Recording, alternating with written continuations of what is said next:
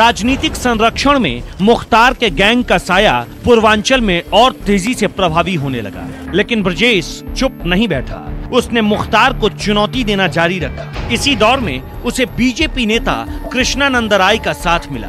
Brajesh Singh BJP के दबंग नेता कृष्णानंद राय का करीबी बन गया, क्योंकि कृष्णानंद ने मुख्तार की पारिवारिक सीट मोहम्मदाबाद में ही उसे चुनौती दे दी थी। कृष्णानंद ने मोहम्मदाबाद सीट से मुख्तार के परिवार के खिलाफ सियासी ताल ठोक दी। मुख्तार और उसी के इलाके में फायरिंग हुई। मुख्तार पर हुआ शूटआउट उसरी चट्टी कांड कहा जाता है। मोहम्मदाबाद में उसरी चट्टी नाम की जगह पर हमला हुआ। 15 जुलाई 2001 को मुख्तार अपने काफिले के साथ निकला। गैंगवार में होने वाले हमलों को लेकर मुख्तार सतर्क था। मुखबिरी की आशंका में वो रास्ते में गाड़ी बदल लेता था। 15 जुलाई 2001 को भी मुख्तार ने रास्ते में गाड़ी बदल ली। काफिले में शामिल ज्यादातर गाड़ियों का नंबर 0786 था। फिर भी मुखबिरी पक्की निकली और मुख्तार को घेर लिया गया।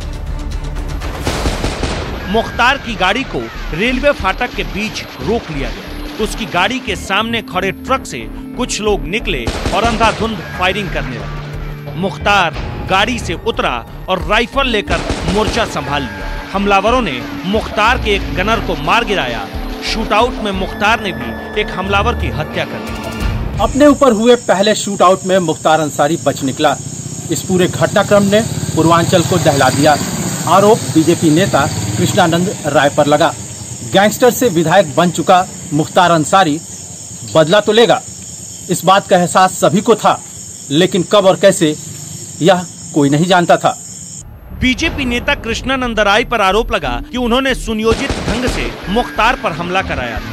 ब्रजेश इस बड़ी घटना के बाद अंडरग्राउंड हो गया। लेकिन 15 जुलाई 2001 को हुए उस हमले के बाद कोई ऐसी बड़ी घटना नहीं हुई जिसका पूर्वांचल पर खासा असर पड़ा। हालांकि मुख्तार और ब्रजेश गैंग के बीच खूनी जंग जारी रही। इसी बीच 2002 में विधानसभा चुनाव आ गए। यही वो मौका था जब मुख्तार और ब्रजेश दोनों ने अपना सब कुछ दांव पर लगा लिया, क्योंकि ब्रजेश के राजनीतिक संरक्षक कृष्णानंद राय ने मुख्तार के भाई अफजाल के खिलाफ मोहम्मदाबाद से पर्चा भर दिया था। ब्रजेश ने कृष्णानंद राय के चुनाव अभियान का समर्थन किया। 2002 में गाजीपुर की मोहम्मदाबाद सीट से कृष्णानंद ने मुख्तार के भाई और 5 बार के विधायक अफजाल अंसारी को हरा दिया। 2 साल में मुख्तार को 2 बड़े झटके लगे। 2001 में जानलेवा हमला और उसके अगले ही साल 5 बार के विधायक भाई की चुनावी हार। हालांकि 2002 के उसी चुनाव में मुख्तार ने मऊ सदर से निर्दलीय पर्चा भरा, जीत गया। लेकिन वो भाई की हार और अपने ऊपर हुए जानलेवा हमले का बदला लेने के लिए बेचैन हो उठा, क्योंकि दोनों ही घटनाओं के पीछे बीजेपी विधायक कृष्णानंद राय का हाथ माना जाता है। आरोप है कि मुख्तार ने ब्रजेश और कृष्णानंद राय को बर्बाद करने की तमाम कोशिशें की और इसी बीच उसे 2001 में अपने ऊपर हुए जानलेवा हमले का सुराग मिला। मुख्तार अंसारी के मुताबिक कृष्णानंद और ब्रजेश ने मिलकर उसके हत्या की साजिश रची थी। इसीलिए सबसे पहले उस शख्स की पहचान की गई जिसने उस पर गोली चलाई थी। वो शख्स था ब्रजेश के गुरु त्रिभुवन का भतीजा अनिल सिंह। अनिल सिंह को ढूंढा गया और उसके बाद 2003 में बीएसपी से जिला पंचायत सदस्य अनिल सिंह की हत्या कर दी गई। गाजीपुर के सैदपुर में सरे बाजार अनिल सिंह समेत 3 लोगों की हत्या की गई। आरोप मुख्तार गैंग पर लगा। सैदपुर बाजार में इस हत्याकांड का संदेश साफ था। मुख्तार शायद बताना चाहता था कि वो अपने दुश्मनों को उन्हीं के इलाके में मारेगा। यह संदेश ब्रजेश और उसके गैंग के लिए था। हालांकि ब्रजेश का कोई अता पता नहीं था, इसलिए मुख्तार बेखौफ होकर अपने गुनाहों और बाहुबल का जाल फैलाता चला गया। पूर्वांचल के करीब 5 जिलों में लगभग आधे से ज्यादा सरकारी ठेकों में उसे चुनौती देने वाला कोई नहीं था, क्योंकि उसके गैंग में एक ऐसा शख्स था जो ब्रजेश सिंह की तरह बेहद बेखौफ और दुर्दांत शूटर था। नाम मुन्ना बजरंगी। 2005 तक मुख्तार अंसारी ब्रजेश के सक्रिय ना होने की वजह से पूर्वांचल का अकेला गैंग लीडर बन गया, लेकिन उसका बदला अभी पूरा नहीं हुआ था। वो बीजेपी विधायक कृष्णानंद राय को अपने ऊपर हुए जानलेवा हमले का मास्टरमाइंड मानता था। दुश्मनी मौका तलाश रही थी, मौका कृष्णानंद राय की हत्या का। वो मौका आया नहीं बल्कि प्लान किया गया। एक ऐसा शूट आउट जो आज भी यूपी के सबसे खूंखार गैंगवार में टॉप पर है। पुलिस के मुताबिक मोहम्मदाबाद से बीजेपी विधायक कृष्णानंद राय की हत्या की साजिश लगभग तय हो चुकी थी, लेकिन उससे पहले मुख्तार की राजनीतिक रणभूमि मऊ में हिंसा फैल गई। एक स्थानीय युवक की हत्या के बाद पूरे शहर में आगजनी और गुस्सा नजर आने लगा। हिंसा की इसी आग के बीच विधायक मुख्तार अंसारी मऊ पहुंचा। सफेद रंग की खुली जिप्सी की छत पर चश्मा लगाए गैंगस्टर मुख्तार लोगों की ओर देखते हुए दोनों हाथ हिलाकर उन्हें कुछ समझाता हुआ, साथ में जिप्सी पर हथियारों से लैस पुलिस वाले।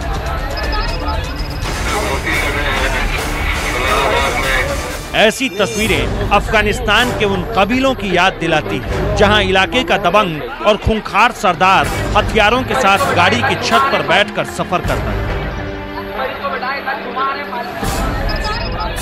बहरहाल मऊ सदर का विधायक और गैंगस्टर मुख्तार हिंसा के दौर में बेखौफ होकर अपनी खुली जिप्सी की छत पर घूमता रहा।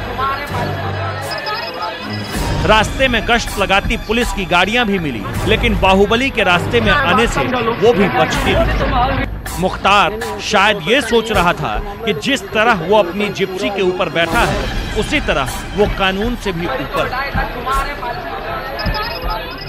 लेकिन कानून ने उसे अपनी ताकत दिखा दी। इसके बाद मुख्तार कभी इस तरह खुलेआम नहीं घूम सका।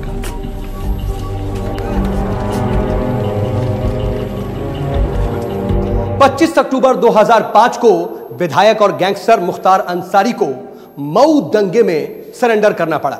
उस पर हिंसा भड़काने का आरोप था।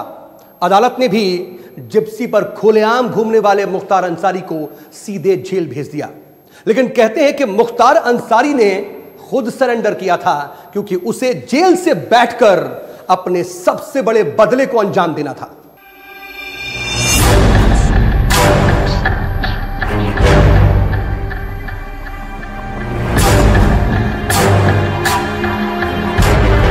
पूर्वांचल ने ही सबसे पहले गुनाहों से राजनीति की दुनिया में एंट्री का रास्ता दिखाया।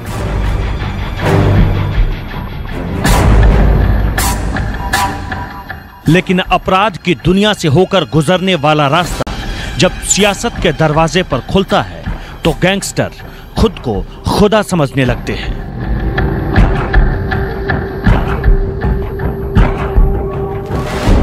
मुख्तार भी शायद यही सोचता था।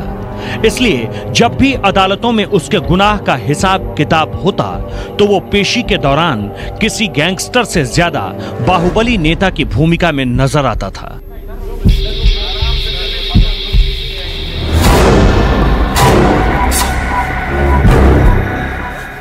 बहरहाल मऊ दंगों में वांटेड गैंगस्टर मुख्तार अंसारी जब सरेंडर करके जेल गया तो मऊ की अदालत से गाजीपुर कोर्ट तक अदालतों में पेशी पर आने लगा।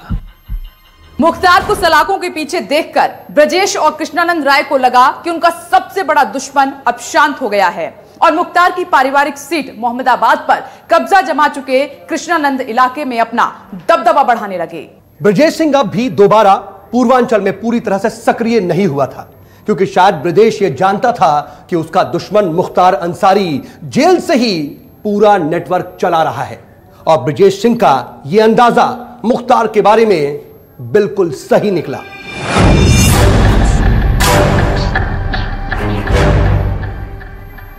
मुख्तार अंसारी को क्रिकेट बहुत पसंद था और कृष्णानंद राय क्रिकेट से जुड़े एक कार्यक्रम में शामिल होने के लिए 29 नवंबर 2005 को घर से निकले।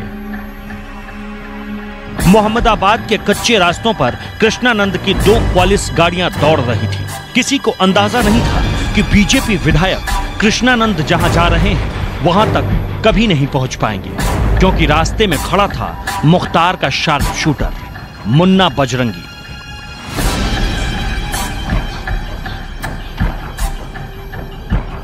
उसरी चट्टी में जिस जगह मुख्तार पर कृष्णानंद के लोगों ने गोलियां चलाई, उस जगह से करीब 20 किलोमीटर दूर कृष्णानंद राय को मुन्ना बजरंगी ने घेर लिया। बताया जाता है कि मुन्ना बजरंगी और उसके साथियों ने 6 AK-47 राइफलों से करीब 400 राउंड फायरिंग की।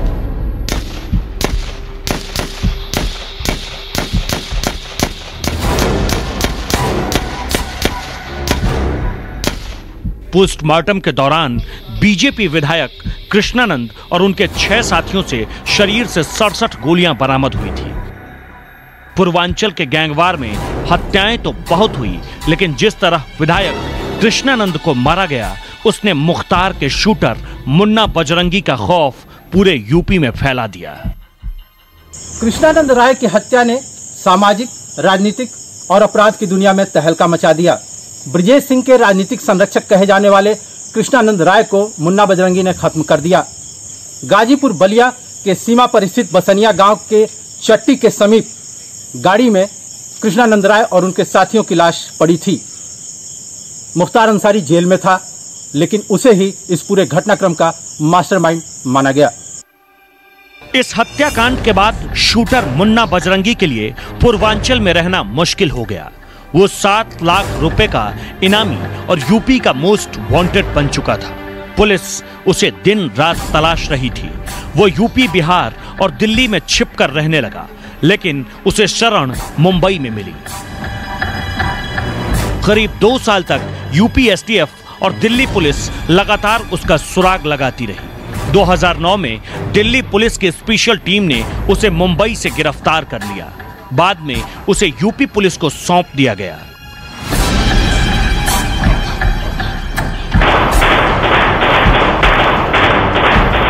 जुलाई 2018 में यूपी के बागपत जेल में मुन्ना बजरंगी की संदिग्ध हालात में गोली मारकर हत्या कर दी गई। मुख्तार के शार्प शूटर की हत्या का राज कभी सामने नहीं आ सका। दुर्दांत मुन्ना बजरंगी का सफर तो खत्म हो गया, लेकिन मुख्तार का राजनीतिक सफर और जेल में बैठकर नेटवर्क चलाने का आरोप बरकरार रहा।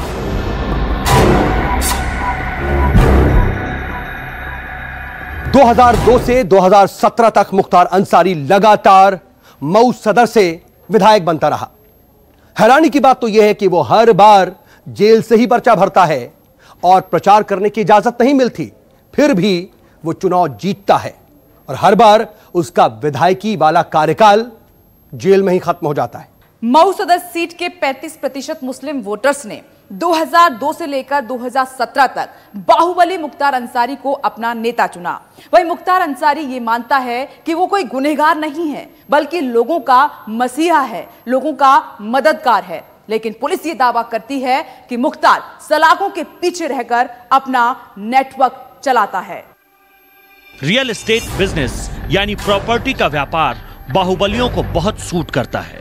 विवादित जमीनों पर कब्जा करना, उस पर इमारतें बनवाना और फिर कौड़ियों की जमीन को करोड़ों में बेचना।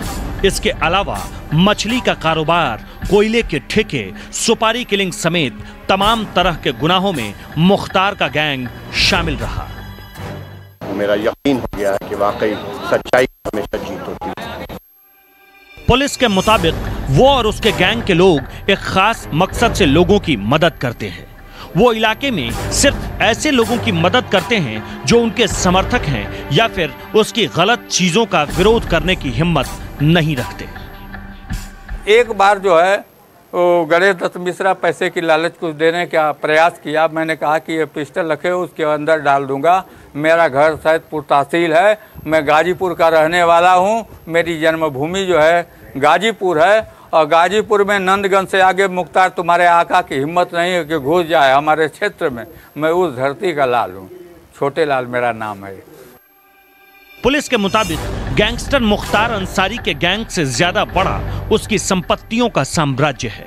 यूपी के गाजीपुर, मऊ, आजमगढ़, वाराणसी, लखनऊ, कानपुर और नोएडा में अरबों रुपए की प्रॉपर्टी है।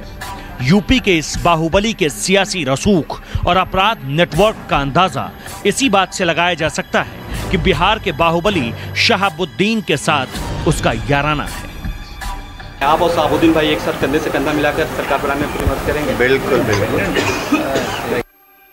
पुलिस के मुताबिक 2005 में जब से वो जेल गया तभी से पूरा नेटवर्क वहीं से चलाता है। हालांकि सुरक्षा कारणों का हवाला देकर उसे अलग अलग जेलों में शिफ्ट किया जाता है। वहीं पुलिस प्रशासन उसके गैंग और शूटर्स का नेटवर्क तोड़ने के लिए कानूनी रूप से बुलडोजर चला रहा है। जनपद मऊ में मुख्तार अंसारी गैंग के शूटर और चिन्हित भूमाफिया ब्रजेश सोनकर, जिसके विरुद्ध गैंगस्टर एक्ट का मुकदमा दर्ज था, 14 गैंगस्टर एक्ट के तहत उसकी अवैध रूप से अर्जित संपत्ति को आज जब्त किया गया है। इसकी टोटल संपत्ति की कीमत लगभग 60 लाख है, जिसमें भुजौटी स्थित एक भूखंड है, 2 4 व्हीलर गाड़ियां हैं और 2 2 व्हीलर गाड़ियां हैं। ब्रजेश सोनकर जनपद का चिन्हित भूमाफिया है। इसके द्वारा वर्ष 2019 में एक व्यक्ति की ज़मीन पर कब्जा किया गया था, जिसके संबंध में मुकदमा दर्ज किया गया। 2010 में एक दक्षिण टोला अंतर्गत हुए मर्डर में मुख्तार अंसारी के साथ सह अभियुक्त भी है। इसी प्रकार से वर्ष 2019 में भी एक व्यक्ति का मर्डर इसके द्वारा किया गया था।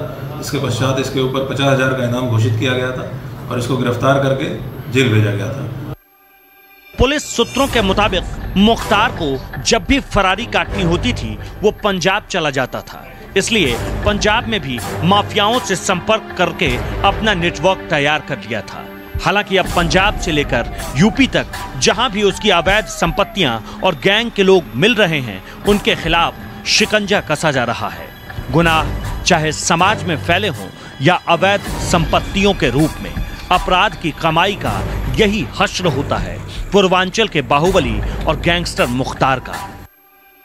मुख्तार भले ही मऊ सदर सीट को राजनीतिक विरासत बना चुका हो, लेकिन पूरे यूपी में पुलिस और प्रशासन उसके गुनाहों का एक एक हिसाब कर रहे हैं। अवैध कब्जों से लेकर हथियारों के दम पर खौफ फैलाने वाले मुख्तार और उसके गैंग के खिलाफ मिशन क्लीन शुरू किया गया।